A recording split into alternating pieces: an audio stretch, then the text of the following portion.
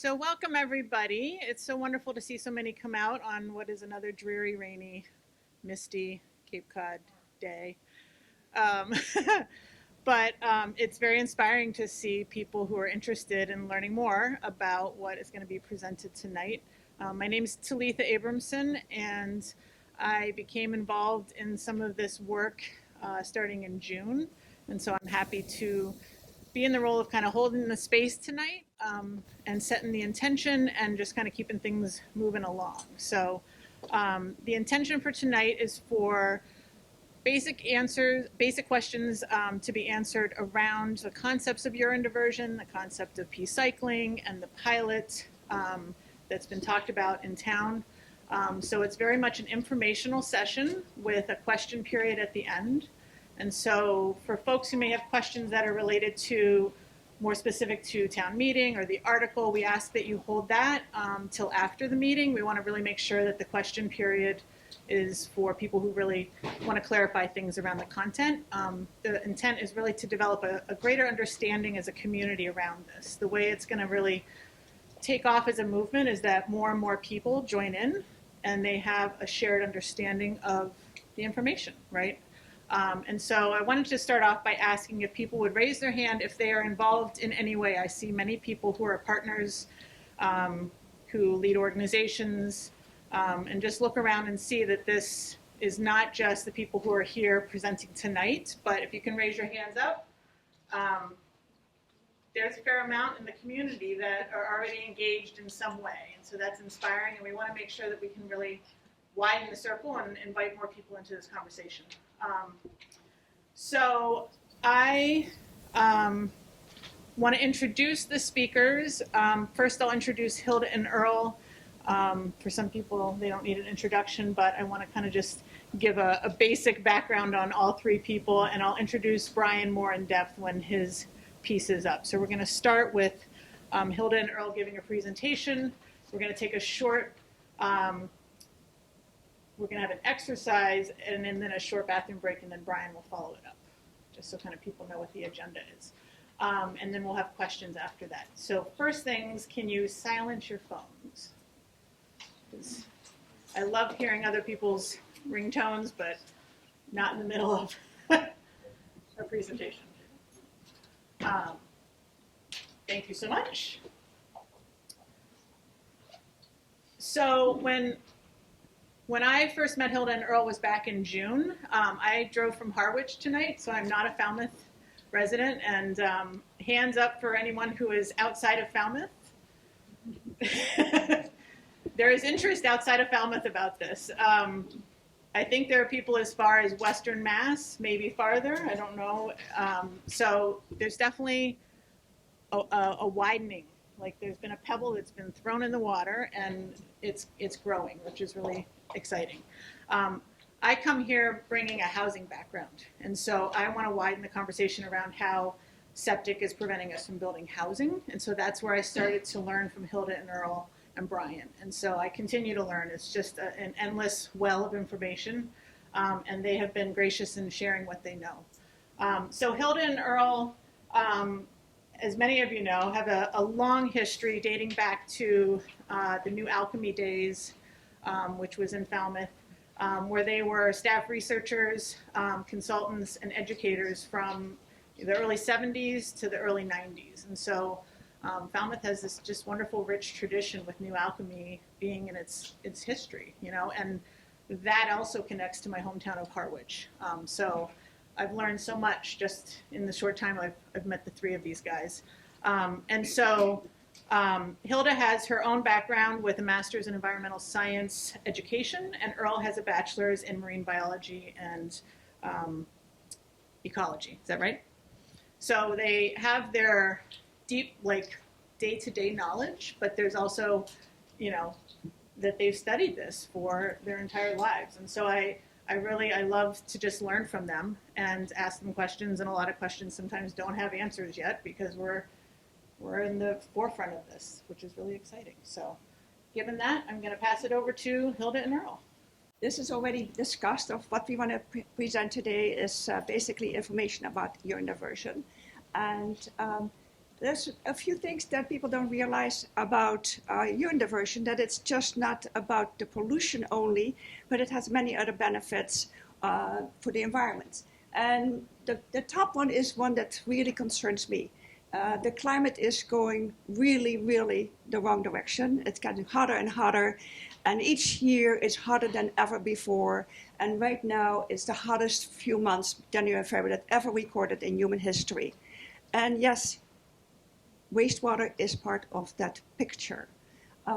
Wastewater in a regular sewer plant is highly energy intensive, and it produces a lot of greenhouse gases. And the more we treat, the more we have, the more the climate will get worse. And then there comes a point where the balance is no longer beneficial because we're producing more CO2 than the beneficials that we want to, in the first place, get is by the nitrogen removal. So we all have to change, and it can't be fast enough. So nitrogen is everywhere. It's a problem everywhere in the whole globe. All the coastal waters are polluted with nitrogen, and we only starting to realize how bad it is. It's bad for the coastal aquatic environment, but also really bad for CO2, and that's what they're just starting to figure out, because a lot of CO2 is coming off from the coastal areas because we have dumped in so much nutrients, and so many bacteria and other animals have lived from that nutrient, and they basically die and go to the bottom of the floor and of the coastal waters, and then eventually CO2 will come off. And that is getting worse and worse, and they're just starting to measure all that over the whole world. So this is a big issue that never comes up really, but the CO2 result is of the nitrogen going into the ocean. And urine is the biggest contributor to this.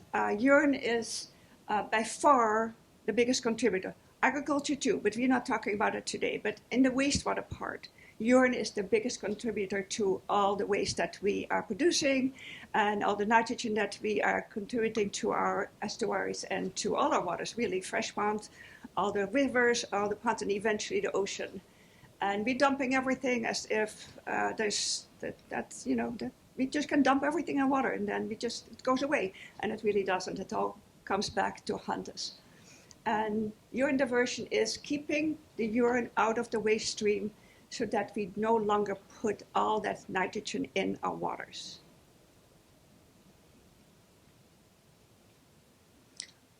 These are all the benefits from urine, and none of these exist with any other system.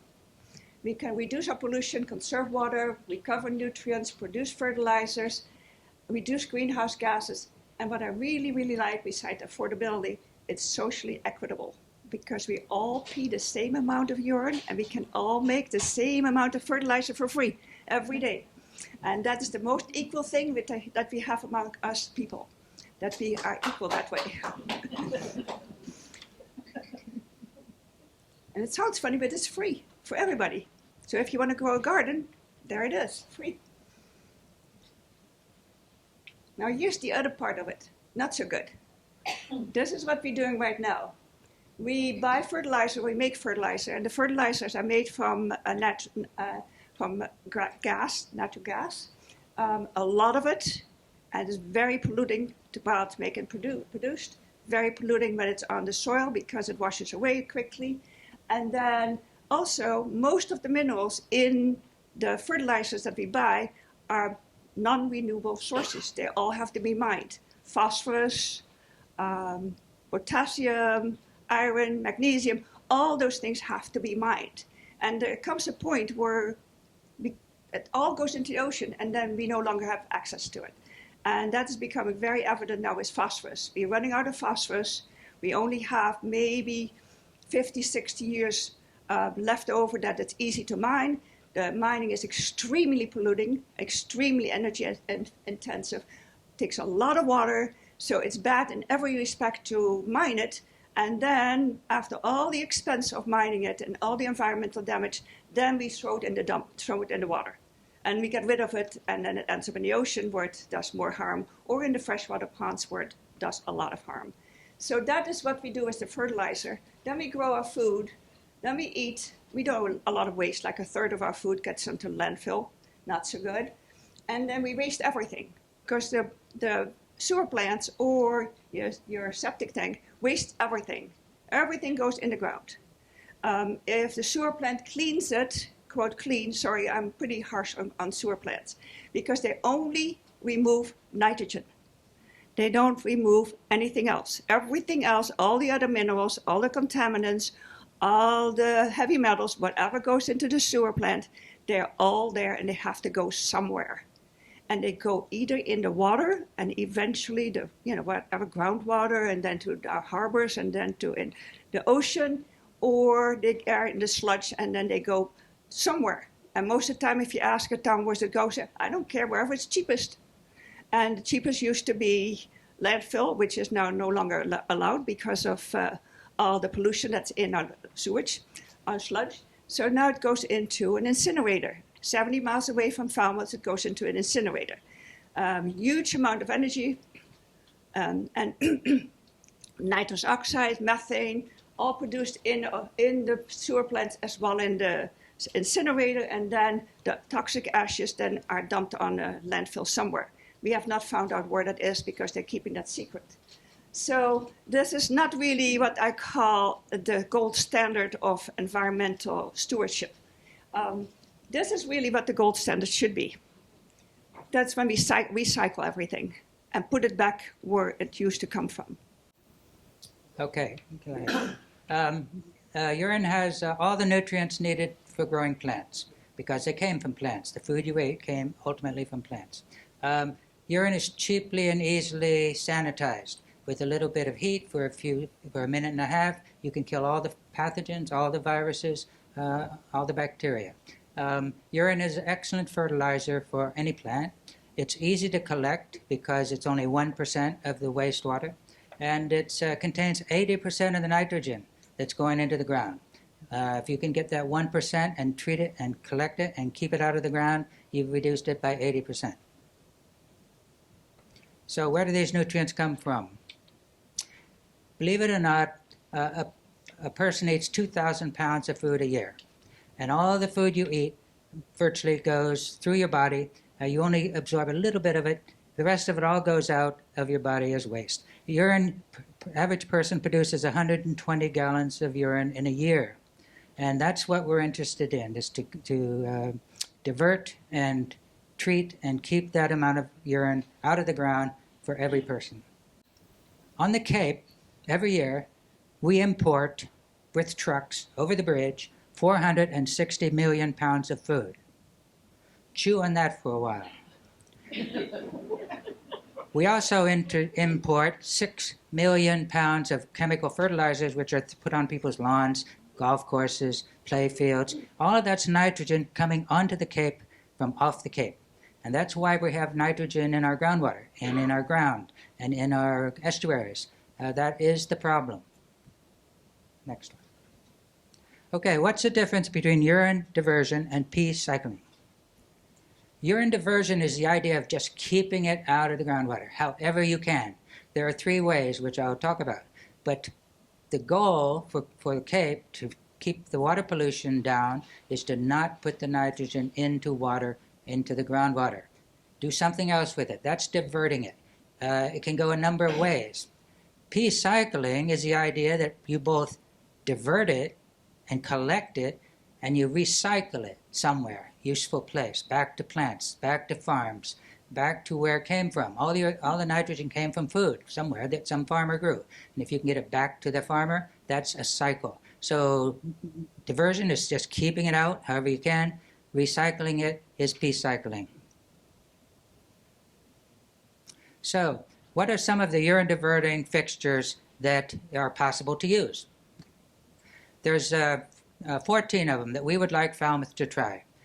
If you're going to have urine diversion pilot projects, we would like to try every possible urine diverting fixture and see how it goes. Let people try them, see if they like them, see how much they cost, see how well they work. So I'm going to just point to each one. These are estimated prices of buying the actual toilet or the fixture. There's an additional cost to install them, and it's all different, and it's all highly variable. These are called cubies. They were invented by the Rich Earth Institute people. They're the simplest, cheapest way to divert urine. They're unisex urinal. Men and women can both use We're interested in the second one, which is called a pee pod. It's a urinal that goes into the wall of a bathroom, and it's flat. The door opens, men use it, door closes, it's not visible. It fits in small bathrooms. The third one is a sit-down toilet over a cubby. The fourth one is the next two are sit-down pee-only toilets. These are sold commercially. You can sit on them, and the pee goes into just them, and that's all that goes in, and they have pipes out the back, and they divert the urine for people who want to sit down. And the last one is called a Wussmann, and it's a flush toilet. It's similar to the flush toilet you have now, except it has a urine diverting front. So the urine goes one way, but the rest of the waste from a person gets flushed down with water into your septic tank like normal. There's some other methods of keeping urine out of the groundwater, and that is to put it into compost. You can either collect the urine in liquid in a tank and try to deal with it as a liquid, or you can put it into a composting toilet with all the other waste from the bathroom, and it becomes part of the compost. But it's diverted from the groundwater. It does not go into the groundwater, it goes into the compost, and then the compost goes somewhere else. So this is a current one that's available in Massachusetts by right. It's sort of the most standard acceptable composting toilet called a Phoenix. This is one that is developed by the Rich Earth Institute that has a toilet on the top that's urine diverting and exchangeable little bins for compost underneath. This third one is a composting toilet from Sweden, and it sits on a slab, and it has composting inside the toilet. The fourth one is a version of that one. This is similar. It has a heater in it, a little stirring device. The compost happens inside. After the compost is done, it falls out in a little tray. You take the tray out and you use it. This is a version of that. This is a version they use for boats. It's a composting toilet. It's got containers inside, and you have to keep taking the compost out periodically. This is an incinerator toilet. It burns the waste. It also keeps the waste, the urine, out of the groundwater. It's a method of diverting the urine from the groundwater, and it burns all the human waste, goes up as gas into the air, and the ashes fall out the bottom. And the last one is a little version of that one. Only takes the nitrogen. Yeah, the nitrogen gas goes out the top. So there are 4 ways you can divert the urine. You can collect it as a liquid. The top picture shows a Wussmann flush toilet in the house. Some of the urine goes out through the front of the Wussmann urine diverting flush toilet. The rest of the waste goes as flush into the septic tank.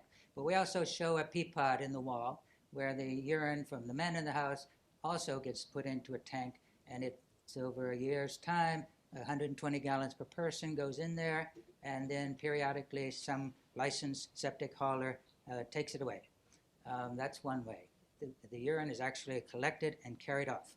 The second way is to put it into compost. It shows a Phoenix there. The urine goes into the Phoenix composter, gets mixed with all the other material. It ends up in the compost, or the ammonia goes out the stack, but it does not go into the groundwater.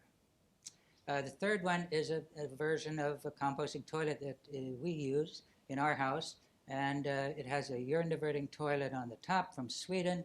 The urine goes into one container and it's carried away periodically by a service. And the compost goes into a small container, which is where the compost happens, and when it's full, you switch it out and you put in empty and you compost it in those containers. The fourth one is a incinerating toilet, and it's in the house on a slab. Does have no pipes, no plumbing. It uses electricity or gas, and all the human waste goes in it. It burns it up. The nitrogen goes off as gas up the chimney. The solid material gets turned into ashes.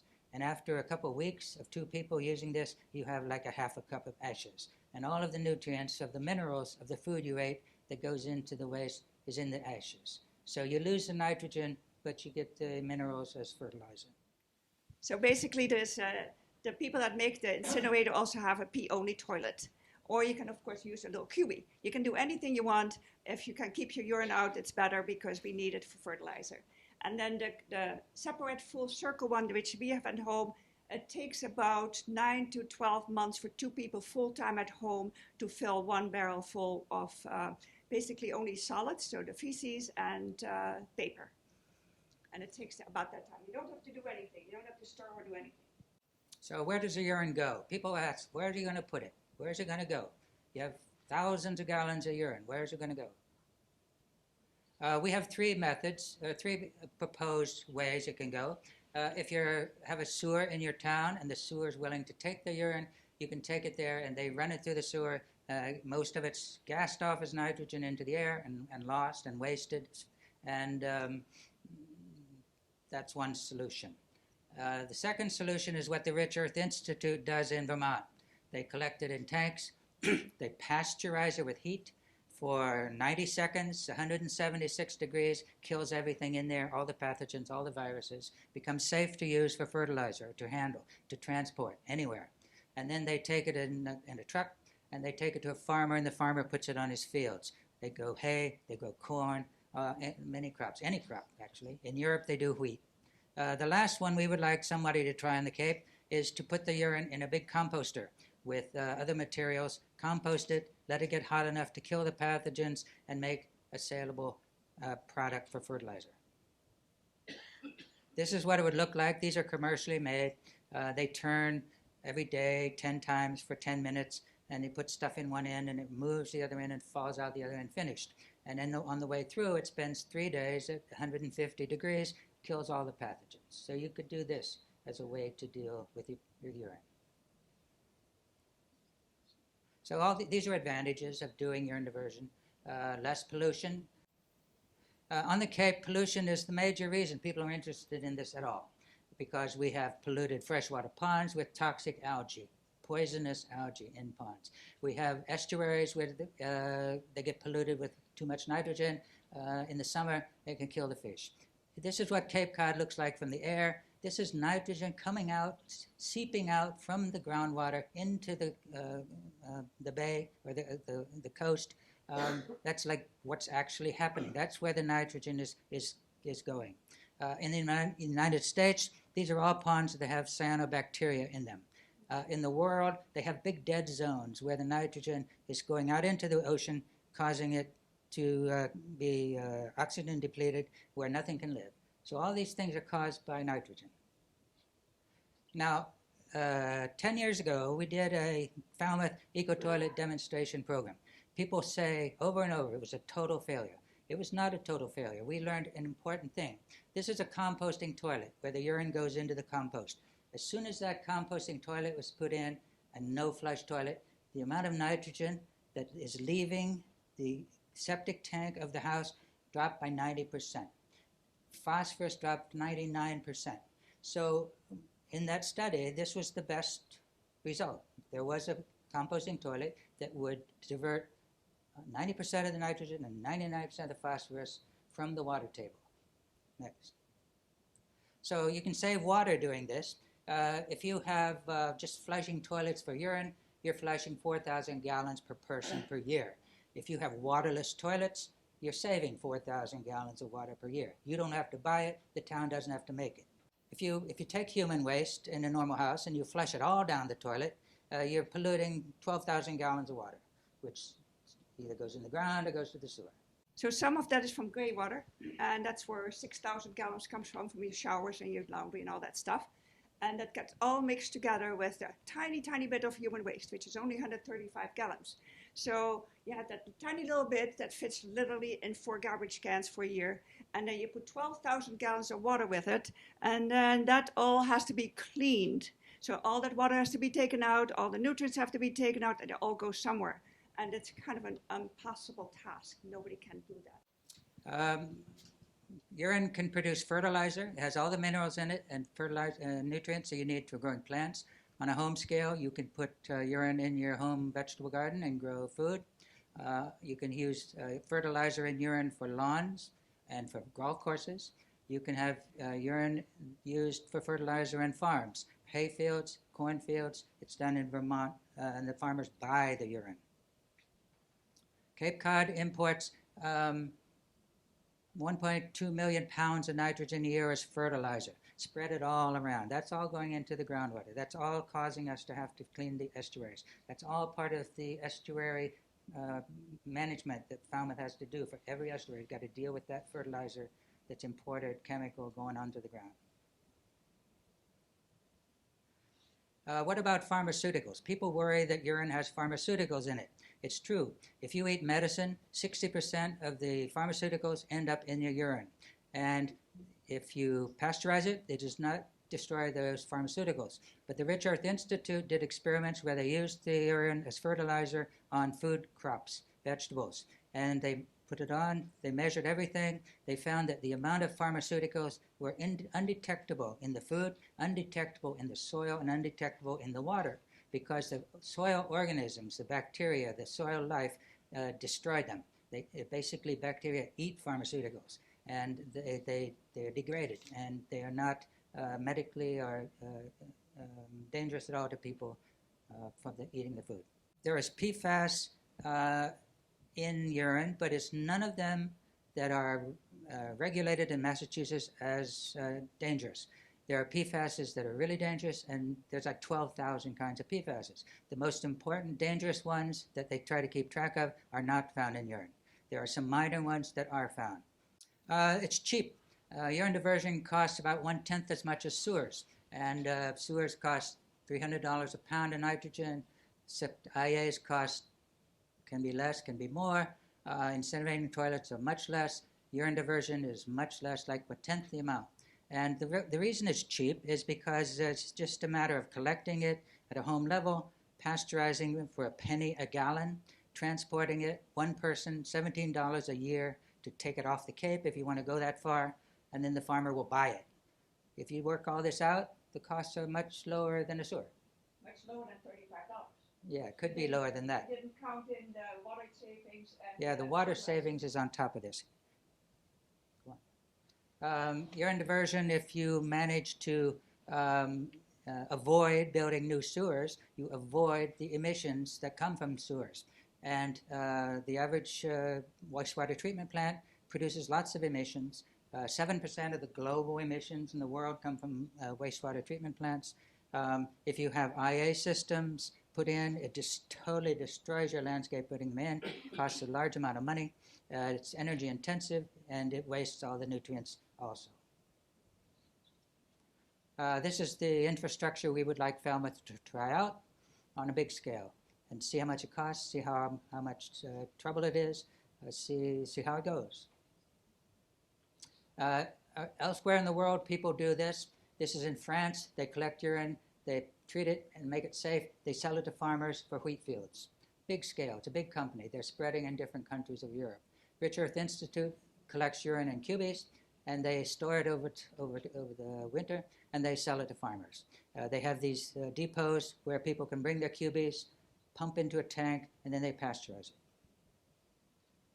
MASSTC has acquired a pasteurizer. Bryan can talk about that. In Vermont accepts the fact that if you pasteurize a urine, it becomes safe to use. Massachusetts doesn't recognize that. So one thing MASSTC might do is prove to MassDEP what the effect of pasteurization is. Pasteurizer looks like this. It's just a little tube, little heater. 90 seconds, 176 degrees, kills all the pathogens and viruses. You just take one tank of raw urine, pasteurize it, and make a safe tank. People say, well, who's going to do this? Who's going to collect this urine? Where's it going to go? And so there's a company called Wasted, and they have informed MASSTC that they are capable of pumping and transporting the urine from the pilot project. They have all the permits and regulations for 3 different states, and they can take it across state lines. If you wanted to take it all the way to Vermont and sell it to a Vermont farmer, they can do that. We would like them to try this, putting compost from different places, urine, food waste, leaves, put them all together, make a product. So all these technologies I showed exist. They've been done. Falmouth could do them. This is sort of saying we should do this soon. The estuaries are getting worse. The freshwater ponds are getting worse. All this stuff has been proven. It's cheap. It would be a good investment for Falmouth to try this out. They can save a couple $100 million if you don't build a lot of sewers. On the Cape, they're going to spend $3 or $4 billion on sewers in the next 10 years. You might save a couple $1 billion. It's well worth trying this out to see how it will go. So that's our technology talk.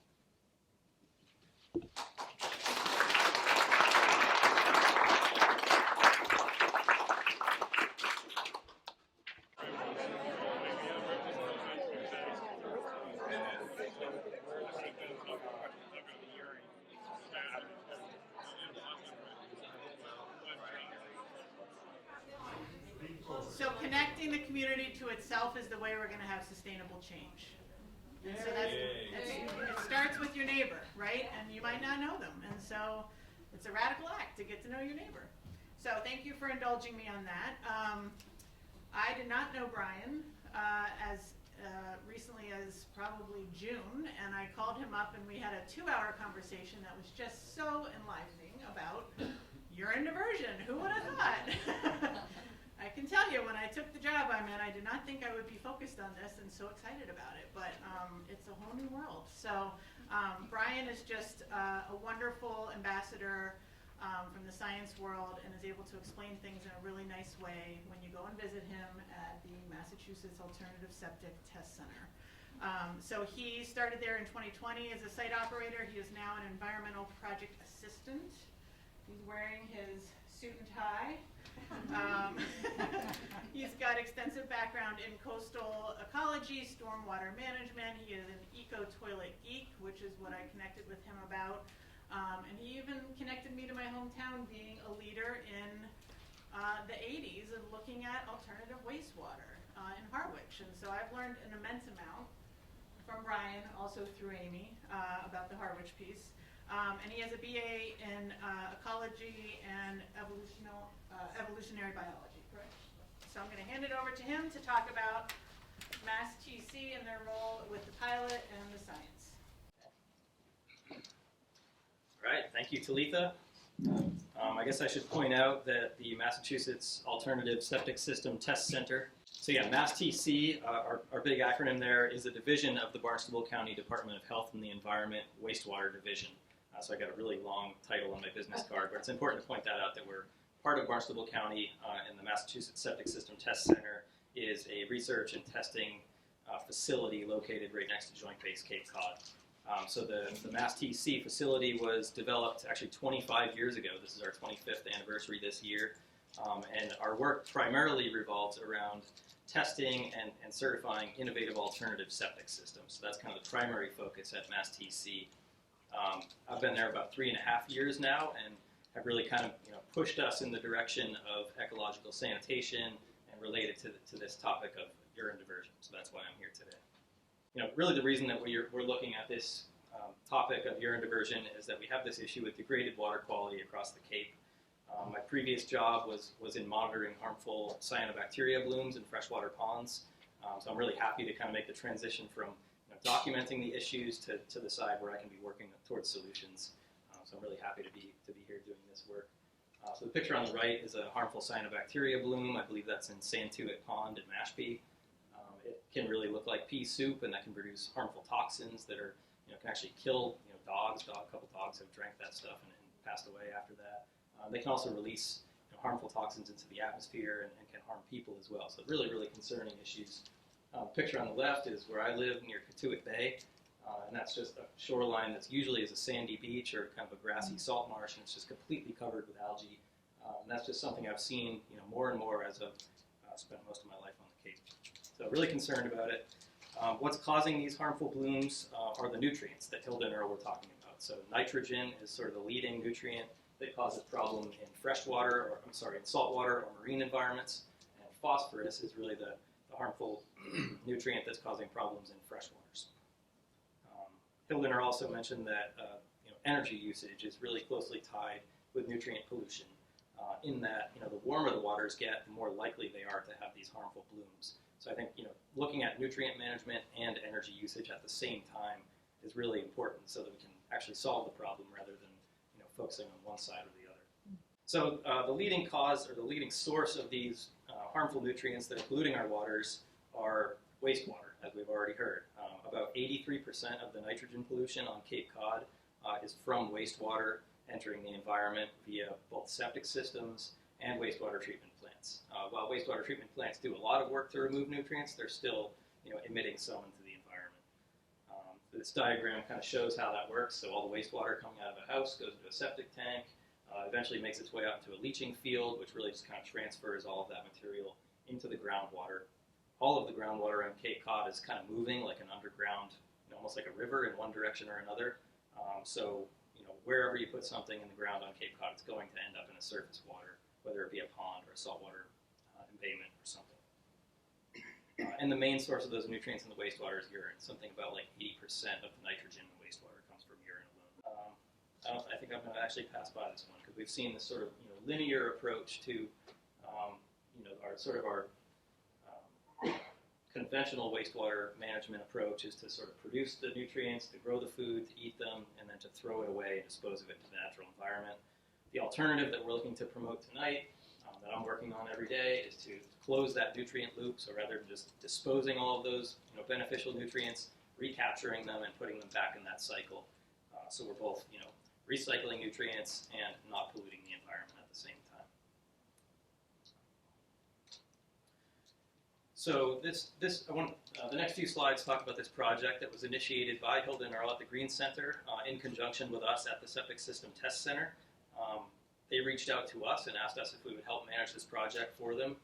And what we wanted to do was get a sense of how much urine we could collect if we got a bunch of volunteers together, and how much nutrients would be contained in that collected urine. So just a really simple question.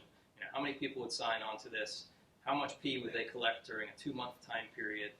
And then we would measure that volume and then also sample and measure the nutrients in those containers. And it was really a pretty exciting project. Very simple, but provided some really, really useful and interesting information. I think that'll sort of help move this movement forward. So we use these portable containers that we've already seen called QBs, developed by the Rich Earth Institute. Really the sort of quickest and dirtiest method for doing urine diversion. I shouldn't say dirty, but quick, cheapest, and simplest. They're not for everybody, and I think that's obvious. It's a very simple approach. It's very inexpensive, but they're really valuable for something like this. If you don't want to rip out all the toilets in your house and replumb and redo your tile floor and everything, this is a way that you could start diverting urine like right now. And actually, we have 10 full-time staff at the Septic System Test Center, about half and half male and female, and every single person there is now using QBs in our bathrooms at the test center. And there was a lot of pushback initially. We divert about 10 gallons per week, and I have to haul all of it myself and pour it in. So I'm really looking forward to having more formal fixtures put in. I'll get to in a minute. So over this 2-month period during this pilot project, we collected a total of 1,003 gallons, averaged about 29 gallons per household. We had 41 households diverting urine, and across those 41 households, it was about 1.5 people per household, so a total of about 60 people. So you can see the numbers across the bottom are the households numbered 1 through 41, and then on the y-axis there is the number of gallons per household. So the winner was a little over 70 gallons, and the least diversion people were more in the 9-gallon range or so, but on the average was about 29 gallons. So pretty good production for a 2-month time frame.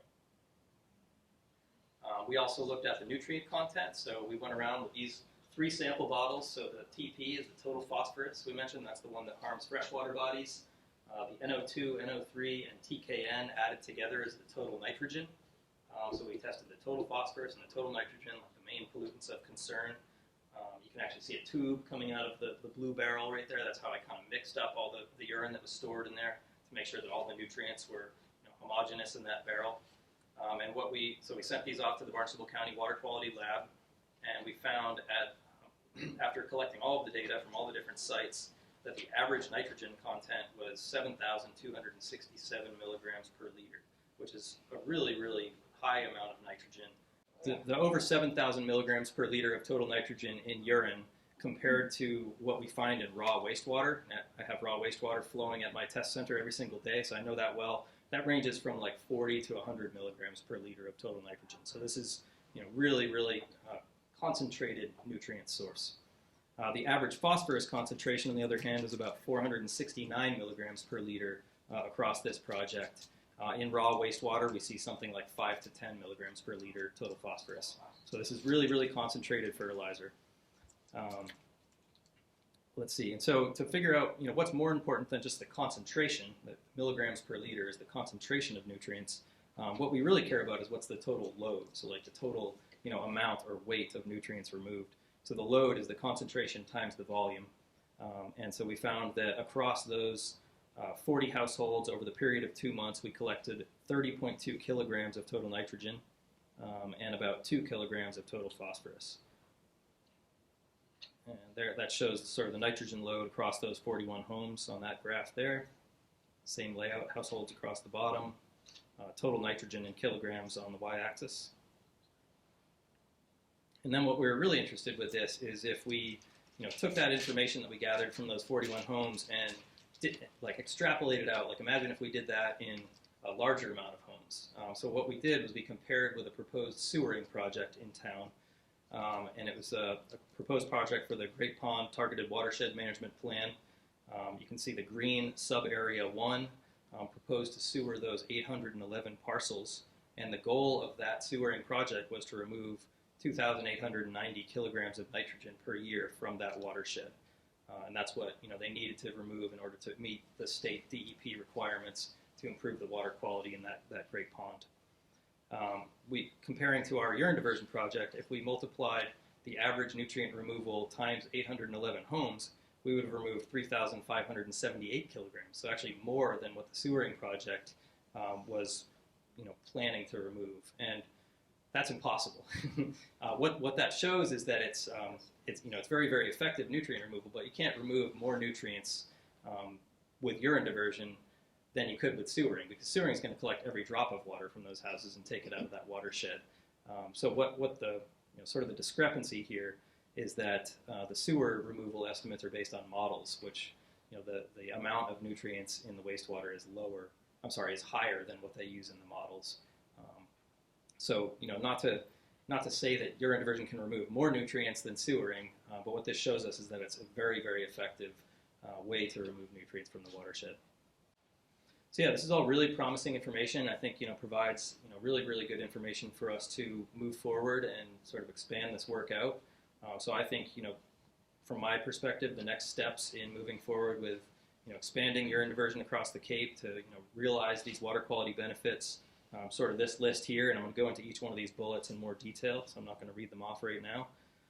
But outreach and education, this is what we're doing tonight, so thank you to the Green Center, Hilde and Earle, and to Letha for organizing this. It's really important to talk about this to people. This is me at the Cape Cod Natural History Conference presenting a couple of weeks ago. We've been in the news, we've been on NPR lately, we've been in the Enterprise. Amy over here is our our outreach person. Thanks, Amy, 3 times up there. She does our social media. She puts out our newsletter. She's organizing a library tour. So we're just really trying to get the word out.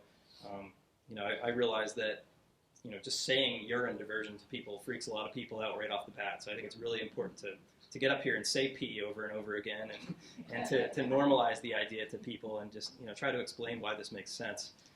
And I think we're getting more and more people on board the more we talk about it. So the outreach and education components are really, really important. We also need actual toilet fixtures to look at. So I know people are looking at installing fixtures right now at the test center. We're planning on retrofitting all of our bathrooms. So within the next year, I'm hopeful that you all can come visit and come check them out in person and push buttons and lift lids and whatever you want to do. So we have a total of 3 buildings that we're going to retrofit urine diverting and composting toilets in, 2 existing, 1 new building on the way. So in those buildings, we're planning to have 3 composting toilets, 4 waterless urinals, 1 split bowl urine diverting toilet, and then all the water that comes from the sinks, we're planning to put through gray water gardens. So we're trying to do kind of the most innovative approaches and trying to show a real variety of different ways that these things can be done. I should point out that we had an ecotoilet options assessment done by the nonprofit group Nutrient Networks. Connor Lally is the owner of that organization, is a really, really great resource for all of this. So he did our ecotoilet assessment, and we're working right now on figuring out how to actually order the appliances and get them shipped to the test center so we can install them. So In addition to collecting the urine and gray water, we're also planning on doing research and testing that urine for pharmaceuticals and CECs, and also applying the urine as fertilizer and kind of testing and seeing how that works as well. So the other need is working with regulators and doing the research that they need. So there's kind of a wide array of different things we need to look at. For example, the urine diverting fixtures are not all approved in Massachusetts, so we need to work with the plumbing board to get those approved. We need to work with the Massachusetts Department of Environmental Protection to get approval for storage, transport, and processing of that urine. We need to work with the Massachusetts Department of Agricultural Resources, or DAR, again on the processing and kind of deciding when urine becomes fertilizer and when it's okay to apply that and what considerations we have to make on that. We definitely have to work with our local boards of health, kind of on all of those things: collection, storage, transport, processing, reuse. The primary concerns I just mentioned a minute ago, but the concerns we're hearing from regulators are, pathogens. We can easily deal with that through a pasteurizer. That's not a big concern. But PFAS and pharmaceuticals are a little more concerning to them, so I think there's a little more work to be done there, at least to convince our local regulators. Vermont regulators are okay with it. French regulators are okay with it, but we've got to work on the Massachusetts regulators because really each entity has to make the decision on their own and see the data to make those decisions, and make sure everybody's safe basically in the process. We also need more data on nutrient content. The work that we did with the Green Center was great, but I think expanding that out, just getting a better sense of what the average is really important. We also need to know what's left in the septic tank effluent after we've diverted urine. So that's kind of one of the focuses of the next project coming up. This is my catchphrase: free the P. Deal with the regulators. We got to get these regulators on. So in addition to all of that, we need a workforce that can kind of support all of this, right? So we need, well, for example, the existing infrastructure for wastewater management is like the town DPW. They take care of all the sewer systems and make sure they're all running and operating properly. At the Septic System Test Center, we're developing something called a SUP, which is a septic utility program. So for the innovative alternative septic systems that we're testing and installing across the Cape, we're developing this program to make sure that those systems are getting the maintenance and operational assistance that they need. So you can't just throw these systems out there and expect them to work forever perfectly. So for urine diversion and eco-sanitation systems, we really need that same sort of utility and support system. And there are for-profit companies out there right now doing that. There are nonprofits out there doing that. But the scale that we want to expand this up to, we really need to make sure that we have a good support network. So that means training engineers and architects and plumbers and electricians, and getting all these people on board with what needs to be done to get these systems installed, or designed, installed, and then operated and maintained properly. And so I think with all of those sort of preparatory steps and laying the groundwork, I think we could really scale this up Cape-wide, and I think it could have a huge impact on both our water quality and our energy usage. I hope to see formal urine diversion systems in homes and businesses and municipal buildings across the Cape. And so this is something we're working on, as you all know, in the town of Falmouth right now. Let's come to my next slide here. So this really started in Falmouth here, and basically the town water quality committee came to us at the Massachusetts Septic System Test Center and asked us to develop a pilot project, really because of the interest that built from people in this room here. And so our next steps in working with the town of Falmouth are to develop an intermunicipal agreement. So the town has basically offered to fund this preliminary work that I laid out there. So sort of those last 5 slides. So we're working on developing that right now, and that'll provide the test center the money to start really working on all those bullet points in detail. Basically, I'm listing them there again. So I think that's kind of it. We could probably move on to questions. 8 o'clock. So the question was about funding. How are we going to fund the installations of toilets? Is that right? Yeah, and just buying them. I know they're expensive. Yeah. And the other thing is, are the companies willing to give you some or give you a break to? Yeah. So I mean, there's work to be done in answering those questions, but so basically, initially the water quality committee came to us at the test center and asked us to design a project. And we came back with a project design, and there's been some back and forth since then. That was back in October. And we had initially proposed that there would be a subsidy for homeowners, a town-funded subsidy. At this point, that it's all still in the works as to exactly what's going to happen. But I'm hopeful that we'll still be able to go that route. We don't know exactly where the funding is yet. We're planning on still doing some more of this preliminary work, until we get that approval. But we are looking at other sources at the same time. So we're looking at applying for grants. There's a DEP grant, there's an EPA grant. So we're hopeful that we'll pull together the necessary funding to fund fixtures. In terms of manufacturers, like donating fixtures, there's actually a little bit of good news on that today. It sounds like there may be opportunities for discounts, at least on one fixture, but today was literally the first time I had heard of that. So these are all questions we need to work on, and something I intend to work on a lot over the next year or less. There. If you back up about 10 slides to the expansion program, 811 houses. Yep. You're talking about removal of 3578 kilograms. If you hook it to the sewer, you're moving that 2890 up to the waste treatment plant. Yep. What percentage of nitrogen is the waste treatment plant going to pull out of that 2,890? Yeah, I don't have that number. My work's all in on-site IA septic systems and urine diversion systems. How much? 95%. So it'll remove 95% of that and put it into the atmosphere, right? And that's basically the same thing IA septic systems do, although a little better. IA septic systems are typically like 85 to 90%. So the wastewater treatment plant can do 95%. Yeah. Somebody else? The ARPA money that went to individual cities because they had no county organization was spent by those cities according to their priorities. But on Cape Cod, it went to Barnstable County, more than $10 million. So I'm confused, and you're a county organization. It sounds perfect. I'm confused about why the county isn't leading and paying for the provisional study, which is, I'm not arguing that it isn't needed. It is needed, but I don't think on the backs of the Falmouth taxpayers.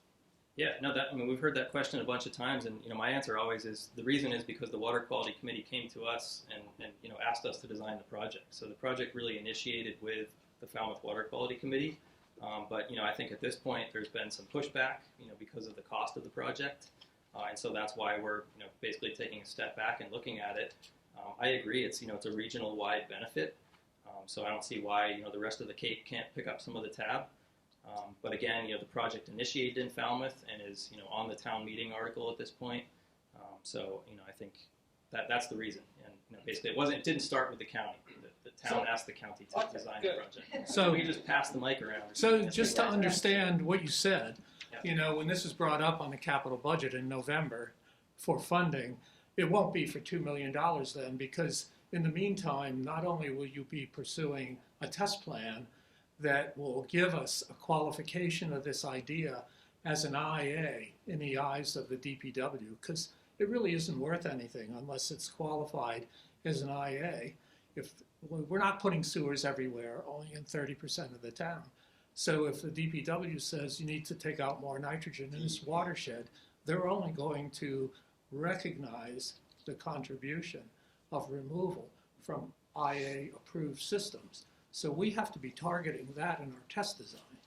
And so when we have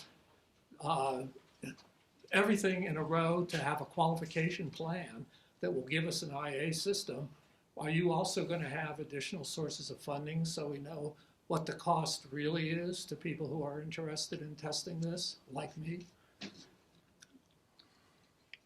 Yeah, sorry, I'm not sure I can You answer don't that understand?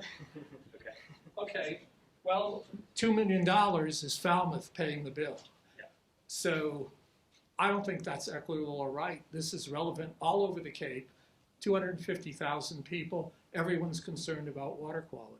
Just because we happen to have the idea and these great resources who put it together doesn't mean we should pay for it. And the county has money, they should prioritize and pay. We don't need to go off Yeah, I mean, Cape. again, as the test center, we were just asked to design, like, basically the research Okay. portion of the project, so that's really been our role. Well, let's say, okay, I understand. I don't want to argue it, but I'm going to be looking for significant amount of funding to be coming from other places besides Falmouth. I have a comment where you said this is not worth doing if we don't get permission from DEP to get credit. This is worth doing to fix the water on the Cape, whether we get that or not. If you would do this over a large fraction of the Cape, voluntarily, whoever pays, you're going to fix a lot of environmental problems. If you happen to get it approved by DEP to get town credit, that's great. But that's not the only purpose for doing it. You do. Real quick, where did the 1.9 million come from? Because we don't see any details about that. It seems to be a very popular number to throw around for town hall meetings. I noticed it seems to have fallen off the agenda.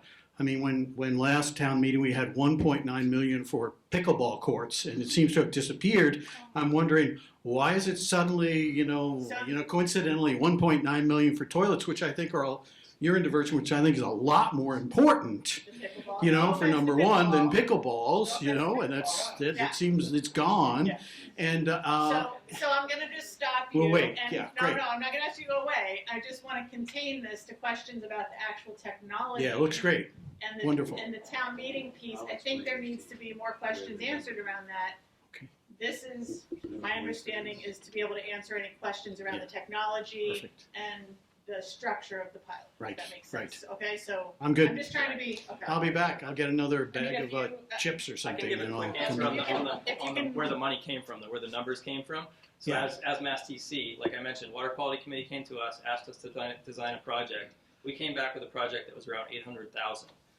That didn't include getting DEP approval. It was more of a pilot project. The goal was Sure. to see Like the how well 80,000 you already got, I 800 think.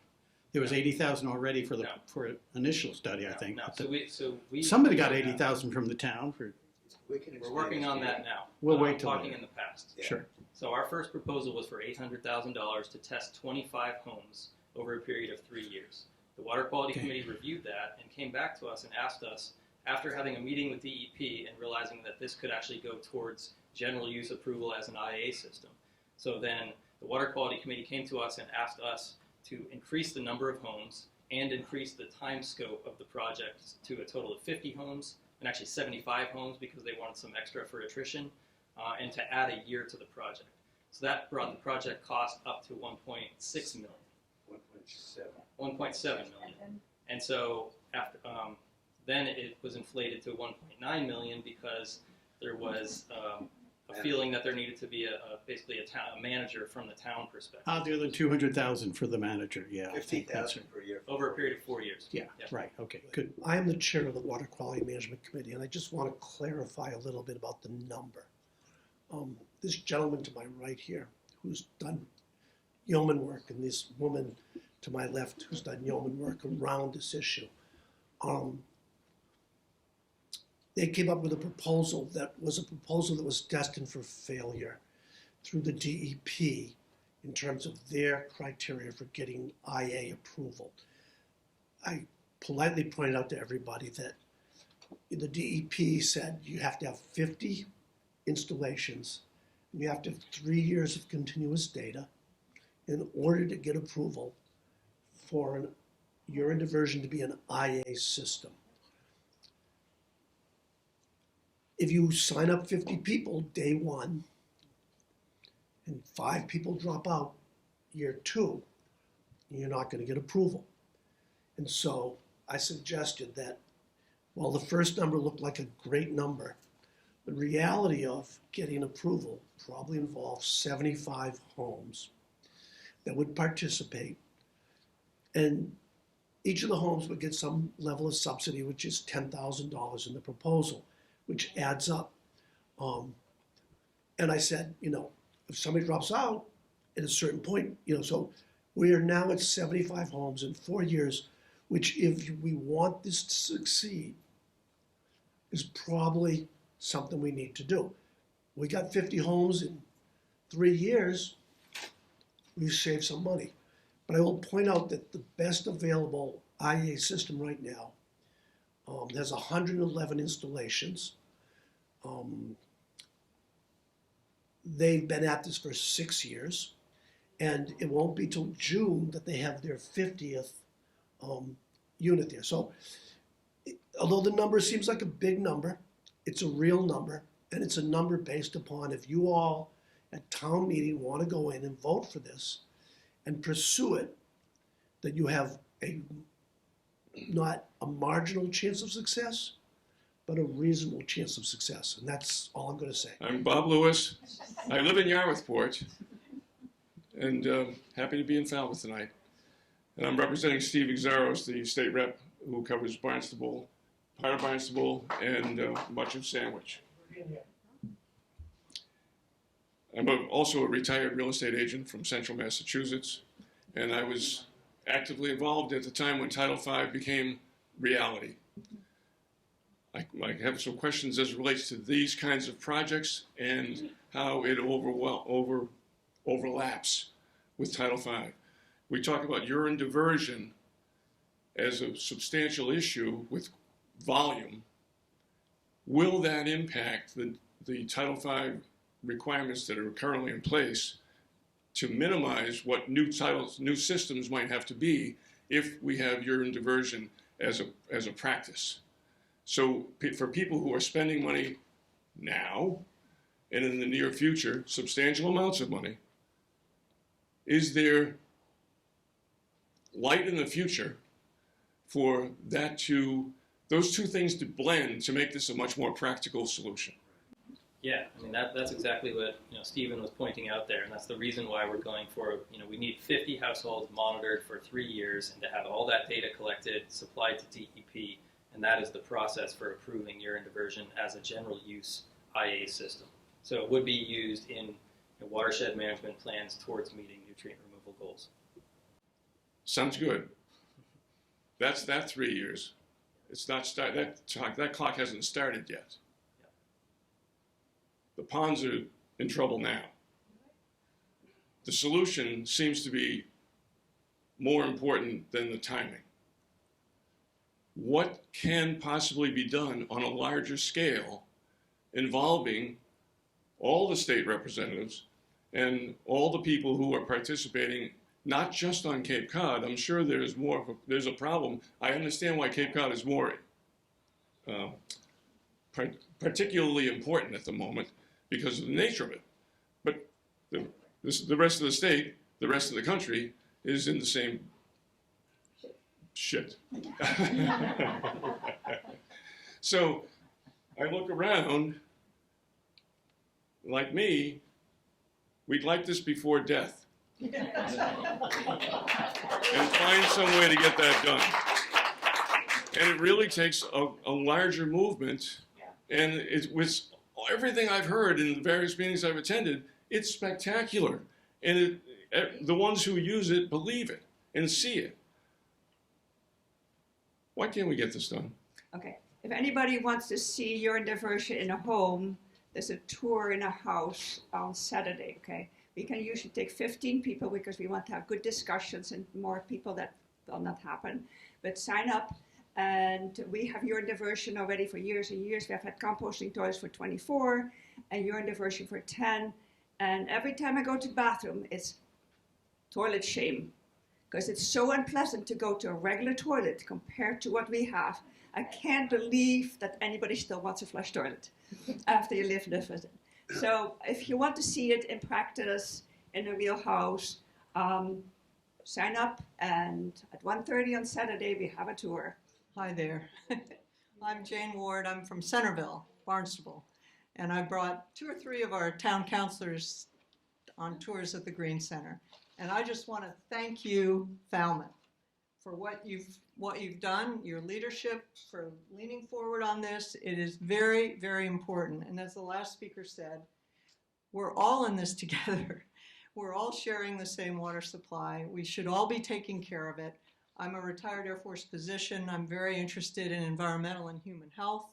And we moved to the Cape, and we're delighted to find a home on waterfront, only to find out that every one of the summers in the last 8 years since we've been here, we can't use the water for 5 or 6 weeks of the summer or else we're risking the health of our dog, of our grandchildren, and I'm sure from the real estate community, you've seen the graphs that have been worked out. As the nitrogen goes up in our lakes and our groundwater, our real estate values go down.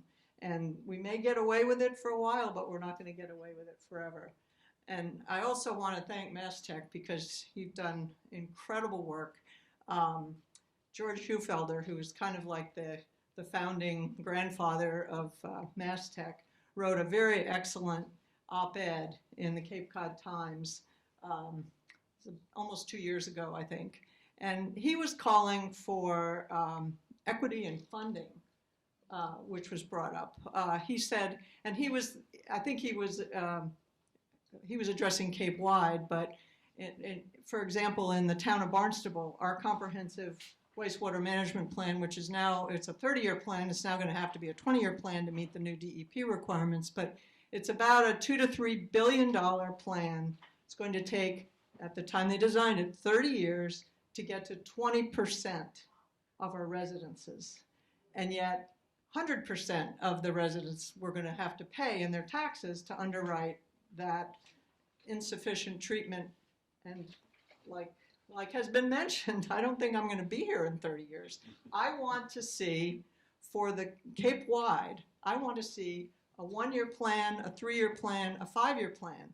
And the only way we can see some of these quick responses is to adopt enthusiastically many pilots that involve urine diversion, composting, and those should be underwritten by the taxpayer money. If we're going to spend $3 billion to take care of 20% of homes, why don't we spend 20% of that to fund all of the pilot studies that we need to do for all the different eco-sanitation?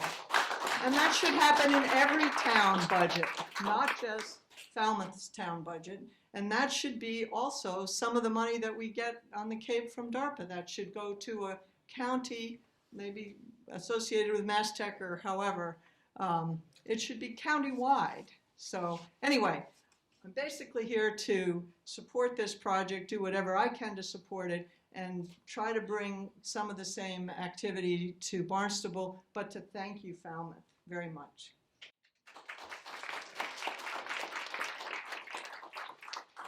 I have a comment about money.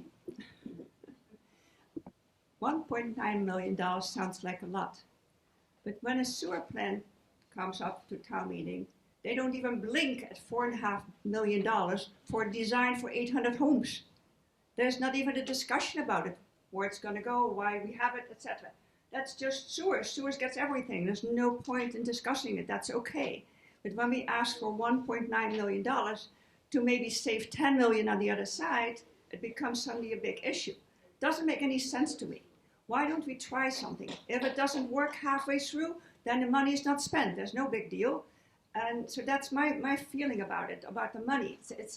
If we asked the town manager, the financial director, how much would it cost if farmers had to pay all of it for all those years? What if we had to spend $1.9 million? We are going to try to get funding. But what if we did? How much would it cost for a household? It would cost between $5 and $32 per year for $5 for 5 years per household. The cheapest house would be $5. The most expensive real estate would be $32 per year for 5 years to pay for this, which will save money for everybody, not only for us, but for the Cape, for whole Massachusetts, for the whole world. Because I'm telling you here, the whole world is watching Falmouth right now. Because that little program that we did, which was the first one ever done because of that little $80 cubic that we finally could separate the urine from the rest of stuff. That pilot project is doing the rounds. We have gotten word back from Australia, from France, from California, from Maine. It's everywhere because everybody's in the same boat. Holland is in the same boat. They can't go on with, they're 98% on sewers. They can't build anymore because they have no place to put the effluent. There's too much nitrogen in the world, in the water. So I'm trying just to explain that $1.9 million is nothing compared to the $50 million we're going to spend on sewers. Even if we got 100 houses less because of this. We already have the money. And it's just like, for me, it's just like nothing compared to all the other huge billions of dollars that we talk about to do this program. So I'm Kim Comart from the Falmouth Pond Coalition. Kudos to the Green Center for a great event and great turnout. Appreciate it. And I just want to remind people that this is not all about DEP and the estuaries. The other piece of this study and this whole issue of urine diversion affects all of us in Falmouth, including those of us who live on freshwater ponds. There's a lot of people in this room, and a lot of people signed up for this project, and what we're concerned about is keeping urine out of our ponds. That doesn't require approval by DEP. I have a Wostman EcoFlush toilet that I bought. It's sitting in my shed. I can't install it because the state won't permit it. Once the state permits me to install my Wostman EcoFlush toilet, DEP is not involved in that. I can install it and I can start diverting urine right away as soon as I can install it. And so let's just keep in mind that this is not all about DEP. If we get state approval for these appliances, I don't care about the town subsidy. I'll pay for it. And a lot of us will pay for it ourselves out of our own pocket. It's not very expensive. My toilet cost $700. And I talked to Wostman yesterday. They're willing to give us a significant discount if 25 people buy them, bigger discount if 50 people buy them. We can start installing these Wostman EcoFlush toilets or other urine diversion toilets right away and start diverting urine. Some of us need a subsidy, some of us won't require a subsidy. So remember, there's another piece to this project. It's not DEP, and sort of addressing your question. If I have a urine diversion toilet, maybe I can keep my Title V system and not have to upgrade. If the town determines I'm diverting enough nitrogen and phosphorus, I won't need to upgrade to an IA septic system. I can keep my Title V. So that's the only point I want to make. Thank you, Kim. That's excellent, because the most important thing is that if we install them around freshwater ponds, the higher up we go onto the watershed, that nutrients that we remove will benefit all the water going down up to the ocean. If we only sewer on the coastal side, on coastal edges of the estuary, that's the only place where it gets. Now, if we do instead of that, that is the old mentality, because that's the cheapest way, not cheap, but it's the least expensive way to sewer, is to put it all close together where the effect is immediately, because it's right 2 meters or, whatever, a few feet away from the water. So they get the effect really quickly. But all the other stuff is still coming forever and ever. We have to stop doing it from the top and then clean all the rivers and all the ponds as it comes down, because that nitrogen flows through and keeps going all the way to the ocean. And by that time, the estuaries get clean. So for the same amount of money, or much less if we do urine, all the water gets clean, not just expensive sewers and only the edges. So that's why I think it's so important to focus on the freshwater ponds, to help the freshwater and at the same time help the estuaries.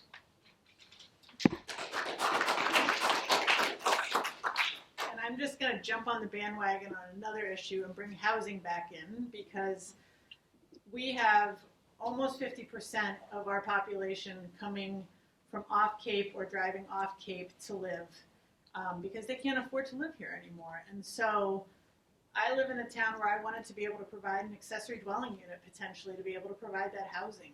But to Kim's point around Title V, there are many restrictions to building accessory dwelling units as one of our key places that we can do affordable housing in our backyard, whether it's for your mother, for your child, or just somebody that you want to be, a good neighbor to. And septic is by far the biggest hurdle. And there are many people in our neck of the woods, out in mid and lower and outer Cape, that are interested in this, that we aren't as sewered. We're not as, packed together as tightly as out in Falmouth and Barnstable, and people are interested in this. So they're looking to this area that's kind of taking the lead, but my hope is that the pilot cannot just be Falmouth eventually, that it's regional, but it's also not retrofitting existing houses that are already housing people, that we could actually start to pilot this with new accessory dwelling units, because new builds are easier to install this versus retrofitting it into an existing house. That way you get a win-win of a house for somebody, collecting data, and preserving the environment. So that's what I'm trying to really kind of spread the word about as kind of an ADU geek, is that it's not just about the ponds and the estuaries, it's about people living in cars, and they don't have houses because we can't build them, because this is one of the biggest hurdles. And we need a third pathway to get housing built fast. And I think this is one of the ones. And there are people at the state level that are interested in this. And there are people in Western Mass that are dealing with housing issues that are looking to Falmouth and going, hey, maybe we can be number 2.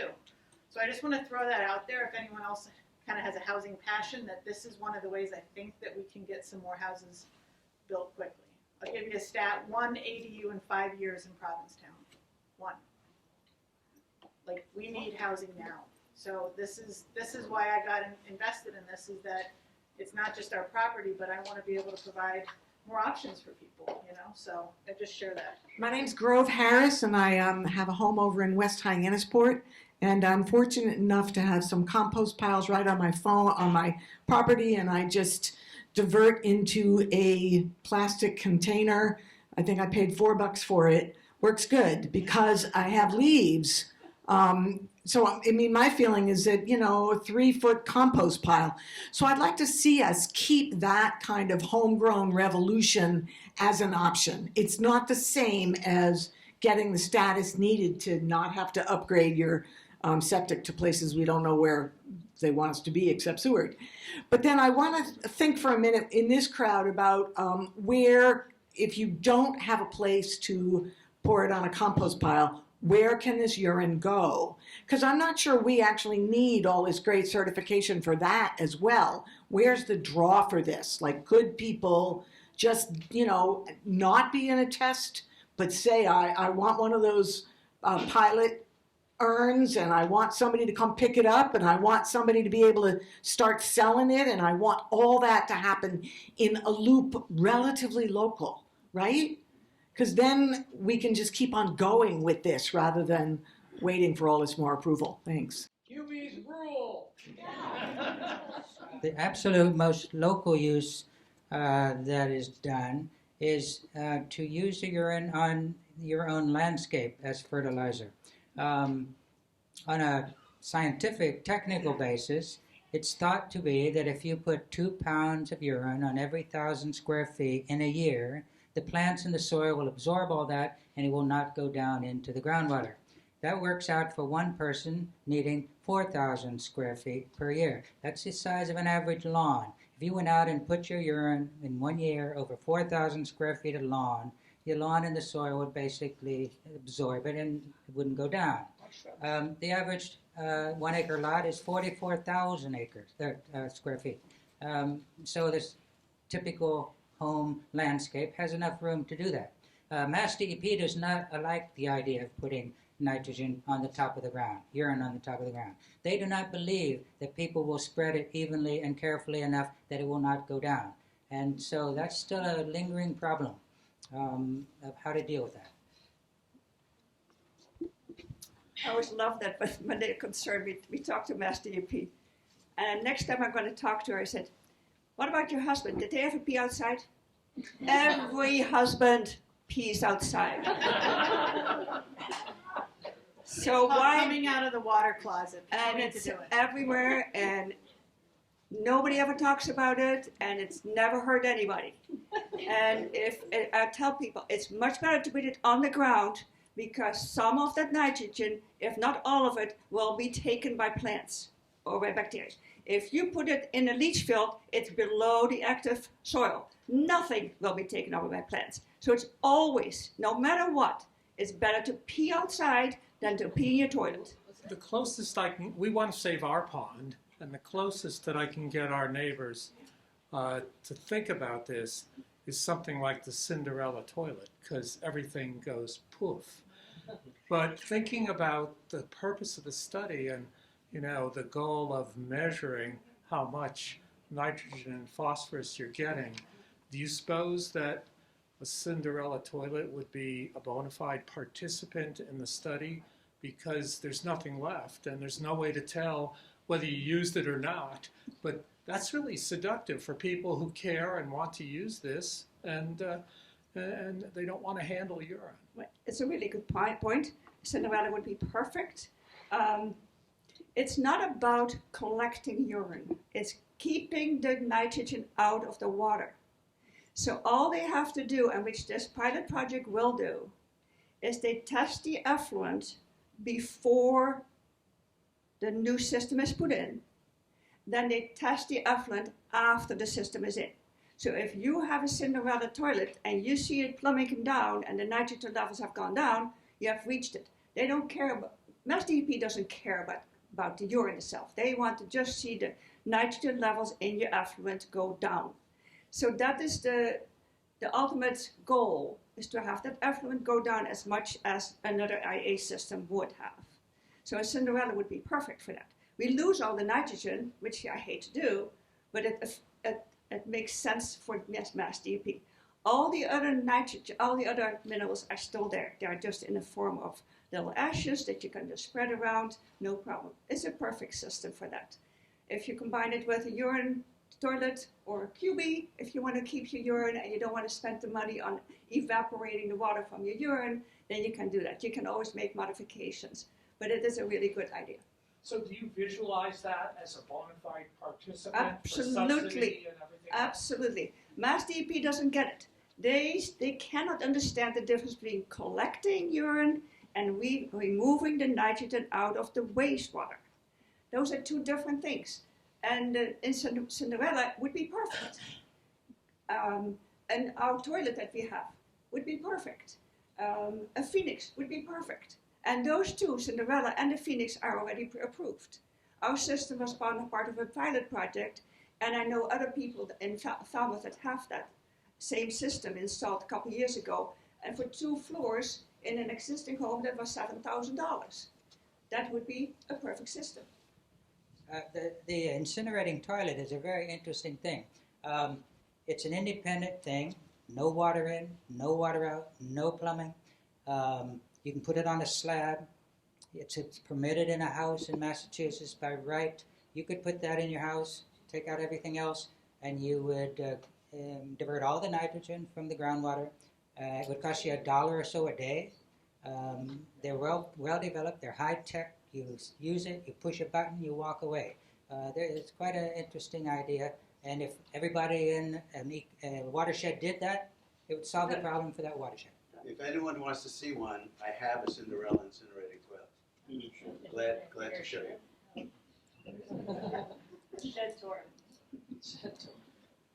Hi, I'm Kathy Fox Alfano, and I'm running for state rep in Falmouth and all of Mashpee. I'm in 6 precincts in Falmouth, and I've been talking with Hilde and Earle for 2 years now, and I think you need somebody at the State House who's really going to shine a light on this and force the DEP to accept alternative methods for reducing nitrogen. I mean, it's a pretty simple thing. I also have 2 questions. Can you have a toilet that would incinerate individually? Like each toilet would either incinerate or pasteurize? So you don't have to do a whole bunch of plumbing. Can you do it right in that one toilet? The way they work. Incinerate it, yeah, but how about pasteurizing? You don't have to. Well, it disappears. It's gone. It vaporizes all the liquid. No, I mean pasteurizing. Oh. So you could use it. No one that I know does pasteurizing by heat on a home level. Why not? Because that's 175. I mean, my oven goes to that. No,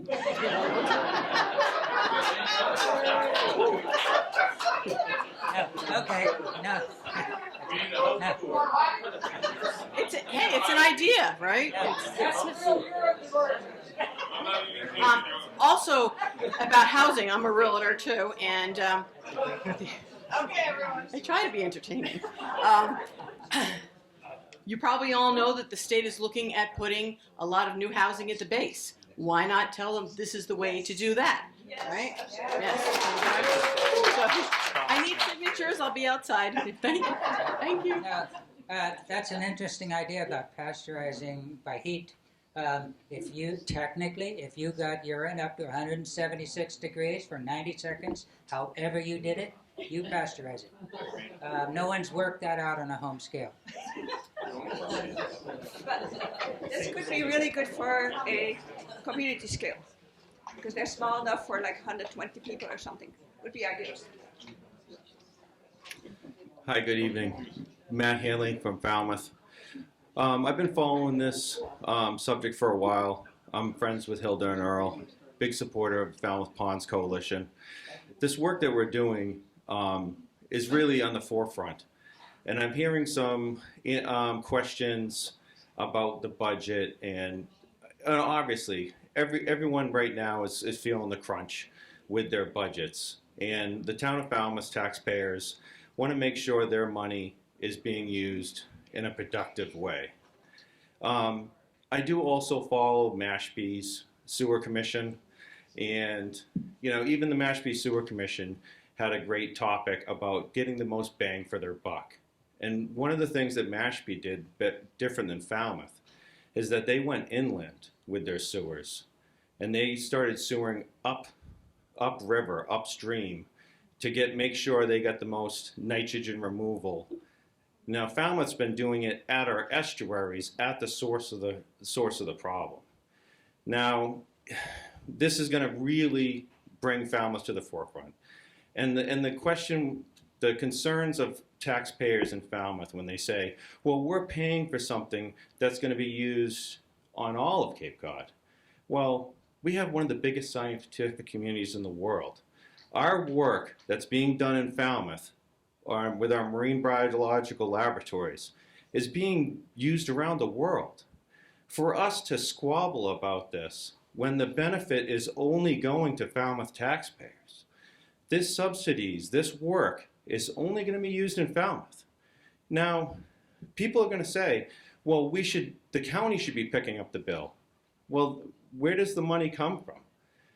The county is going to come back to Falmouth and say, you need to subsidize your residences. So if we have 50 homes in Falmouth County, you're going to pick up $1.9 million for your people in your town. Now, the other communities that are also going to be included in this, are also going to have to pick up their tab.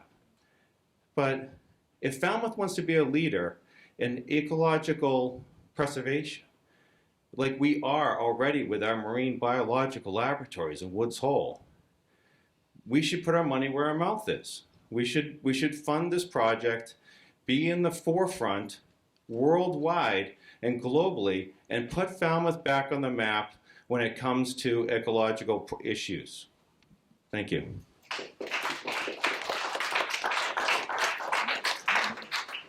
Hey, good evening. I'm Sham from Wasted. I'm from Quincy, South Shore area. We actually just opened a location in Abington. I'll move this around. Can you share what Wasted is? Yeah, absolutely. So we're a public benefit corporation with a mission to change the way people think about waste. We're renting potties with a purpose. So I'm a porta potty guy. I'm out at job sites, event venues. If you know of something going on, let me know. In our porta potties, we separate urine in the mixed waste. So our urinals divert urine into a tank that we're then able to make into fertilizer and apply to local farms. We've been doing that for the last 4 years in Burlington, Vermont.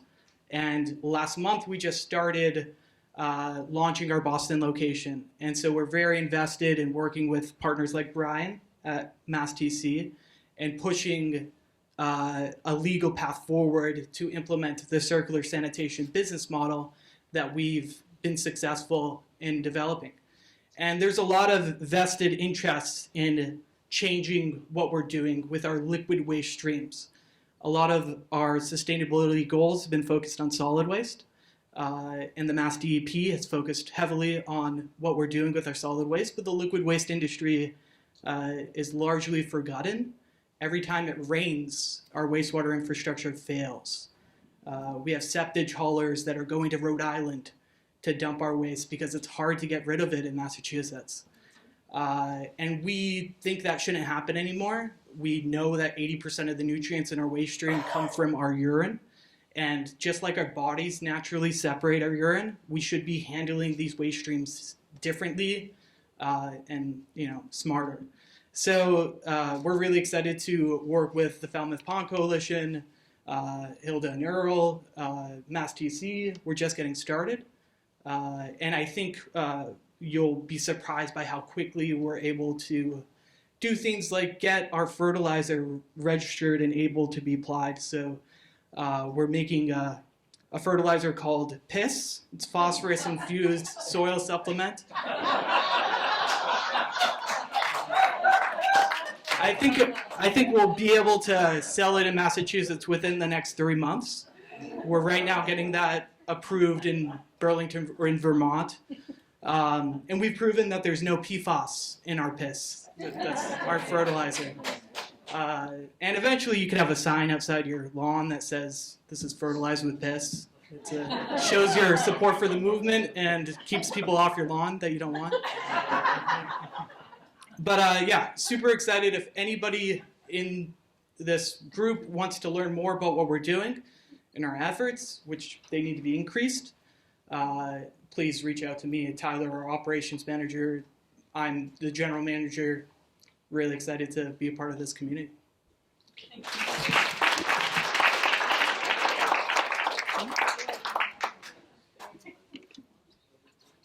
Thank you, guys, everybody, for supporting this. I'm Pat Ryan. I just have a couple of anecdotal things if you want to comment. I'm sure it's stuff you've already thought of, but where I'm coming into this, for example, I'm sure I'm not alone. I live in an area where, the houses are 40, 50 years old, and there's septic systems that are failing. And if you wanted to replace them, as the leach fields fail, you have to meet the new requirements. And in many cases, like where I live, I would have to lose a really beautiful giant tree that the roots are growing in because the leach field has to be a lot bigger, and replace that leach field, lose the tree and all the benefits I get from the tree with the heating and cooling and aesthetics and so on. But then you think about, okay, well, I'm just wondering if it's tough, but probably to quantify it, but I'm sure some smart people, there's a lot of smart people here, can do the math and think about what it costs to pump a system 2 or 3 times a year, and think about if you were doing urine diversion, how you add the amount of water that you're putting in the system that doesn't leach anymore, that you have to pump more and pay to have it taken away, and do that math, and then we can start to build partnerships with, economic models that take into account different stakeholders that it's not quantified in. I'm sure you've quantified it, but I just wanted to see if you wanted to comment on that. So I only know of one system. I think this works, right? I think it's a really important idea because the landscape destruction is huge. Nobody knows what the carbon footprint is of that whole installation. Never is measured. And it's huge. When I see all these big trucks and things destroyed and new landscapes made and trees destroyed, I just can't imagine that this is the right way to go. Your leach field, I don't know if it's really failing, but as soon as they check it, almost everything is failing now. Your septic tank, your system, most of the time is good enough if you don't put as much stuff in it. So if you take urine diversion already, you take out 6,000 gallons, maybe it will be okay. Many times when people have a so-so system and they put an ecotoilet in, they're allowed to keep their system because they have much less water and much less nutrients going into it. So that's definitely worth looking into. Another possibility is that you have, if your system is really totally failing, that you would have, like you decided, a tight tank. And I know people in Woods Hole where the soil is so bad and the water level is so high, they cannot have a leach field. They have no sewers option. The only thing they could do is have an ecotoilets, which they did. They also did urine diversion and a tight tank. So you have to be very conservative with your water because all your water goes in one tank and then you have to pump it. So you can also do a gray water system, but if you're really close to the water table, that might not work. Massachusetts does allow for a gray water system. You can go online, you can get approval for that, and you can do that. And then you have no water. So you have all your gray water taken care of, you have an eco-toilet, no water, you're done. So yes, there are lots of other ways to do it. Unfortunately, our towns are not into education. They even told us that. If you want to do education, you go right ahead. But the town is not into education. So you will never find this information when you go to the town and say, I have a failing system, what can I do? Well, I have no idea. Just wait for the IA. IA, $100,000 later for some people. It's impossible. So that's not really a solution. So I think your point is really well made. You don't want to lose your trees, you don't want to lose your landscape, keep your septic, and in the worst case, you might have to do a tight tank. That's what they did in Woods Hole. They couldn't do a gray water system. They took eco-toilets, the same as we have. It took them $7,000, $7,500 or something for 2 floors, put an eco-toilet in and a urine diversion, and they were ready. So yeah, there are solutions. Not every house is different, but definitely think about it. The absolute simplest is to put in an incinerating toilet, and then have a gray water system in your lawn, and you're done. Yeah, Ken Jones from Falmouth. So I've also been following this very closely, as many of you know. And I just, before we all go home, not that we're leaving soon, but I just wanted to just point out, I mean, I'm a scientist, so I guess I consider myself to be fairly critical of presentations and data. But I was really impressed to see the results come out of the report that was written by Bryan on this initial study from the 42 residents where the urine was collected and measured, because the number came out, as far as I'm concerned, the same as predicted from the sewer. I mean, 3,000, 2,000. Those are within a factor of 2, which is, I think, speaks volumes to the quality of the work, the care of the study was done, and the way it was carried out. And I think that should carry a lot of weight when it comes to thinking about how well this is going to be managed in the pilot study, which is going to be planned. That our town officials should have a lot of confidence in that. So kudos to Bryan and the two of you on that. The one thing that I actually was hoping to hear more of tonight was on the details of this pilot study going forward. And I know there's a lot of questions about it. And Hilde, you made this very good point that really what's really important to be able to show is that nitrogen and phosphorus is being removed. We don't really care what you do, if you incinerate it or you put it out in your field, but we need to show that it's being removed. At least that's what MASSTC needs to see, and it's really important we get it right. And so I just wanted to know going forward, what is going to be, and maybe Bryan, you can comment on this, what is going to be the process for ironing out all the details of this study that people want to see going forward? Who's involved and how long do you think that's going to take? Yeah, thank you for the compliment on the report. Yeah, so the basic monitoring plan for the larger project would be to do what we did with the initial 2-month project, collect all the urine, measure the volume, measure the nutrient content collected, but at the same time to be monitoring the remaining septic tank effluent. So basically the gray water, the other gray water and other black water that's not incorporated in the P that's diverted. So I think, like has been said, that's really what DEP cares about, is not what's taken out, but what's still remaining. So that would be a really important part of the project, to be sampling, on a monthly basis, every single one of the septic tanks, and to build a track. So we'd basically be able to do a full nutrient budget, on the nutrients removed in the urine and what's left in the septic tank. In addition to the concentrations, we'd also be measuring water usage, indoor water usage specifically in the house. So wherever needed, we would need to install water meters so that we could actually calculate the load and not just be looking at the concentrations. How important is it to get baseline measurements from the houses that are participating, so you can see the before and the after? It's not clear to me how much noise there is in the data from home to home. Can you comment on that? Yeah, we've talked about that a little bit. Of course, getting some baseline data would be important. So the idea of baseline data is, getting septic tank samples before urine diversion is implemented. That would be useful, although the advice I've received from others at MASSTC is there's so much variability in households, seasonally and, with different usage that's not as important as you might think. So that, really the best case scenario is that we're collecting all the pee and we're doing the septic tank monitoring at the same time, and that way we get to do that really accurate nutrient budget.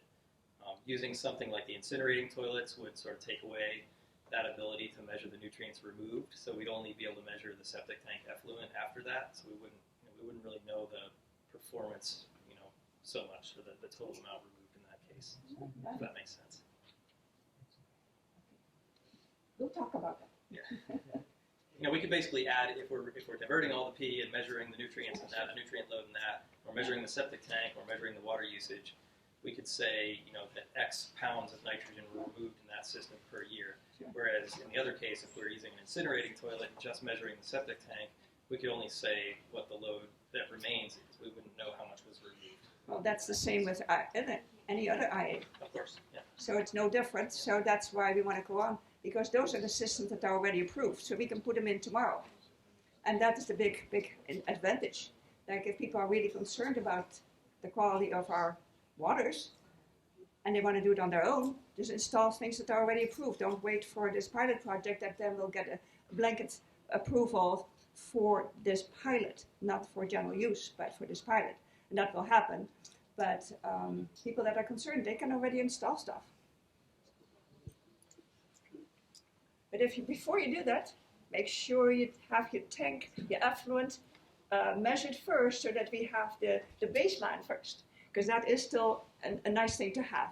So anybody who wants to change, spend the money. It might cost about $100 to have your tank effluent checked before you start changing your toilets. Is it okay for me to ask one quick one? One quick one, and Okay. then I'm going to end with some gratitude. Yeah, I'm sorry I had to step out, but as I promised, I said I'd come back, and I did, and here I am. Apologies. I'm Tom Dignas, Precinct 3. I should have identified myself earlier. I came tonight trying to figure out which way to go on the warrant for April for the town hall meeting here, $1.9 million. This has been very helpful. Thank you all for coming. The content has been spectacular. I'm still scratching my head a little bit, but the question is this, and I may have missed an answer when I was out, but it's like, so in light of all some just great science, and it seems the funding amount seems reasonable, as you may not know, in the warrant booklet that just came out, the town said, postpone this indefinitely. So what's the beef? Okay, so it's like 1 minute of. I want to be mindful of people's time. It's been a long meeting, but I really appreciate people coming and asking really great questions and presenting really amazing information. Does anybody have a closing note of gratitude? I always think it's a nice way to end with gratitude or inspiration involving this project. Gratitude. I want to say thank you to the folks who raised the idea of act now. Don't wait for the town. Don't do. Those who can afford to should just do something now and not wait for bureaucracy to move in the right direction. We know what's right. Thank you. And I think we probably can get 50 people over the whole Cape to do that and get this project going, even if the town decides, well, the town was not going to take the lead. But I think the town should take the lead. But if they decided not to, we can go ahead and find 50 people on the Cape that do this with their own money and get going. And one last thing, there's a Facebook group that's in the back if you want to snap a shot of it. It's a way to kind of keep the media collected in one place of all the, anything that happens in Falmouth is not heard about on the Outer Cape. And so there's a Facebook group that's really trying to just show all of the regional momentum and also statewide interest and even national. What's the name of it? It's called, it's facebook.com/urine diversion Cape Cod. If you look up urine diversion Cape Cod, there's only like 4 urine diversion in the whole country.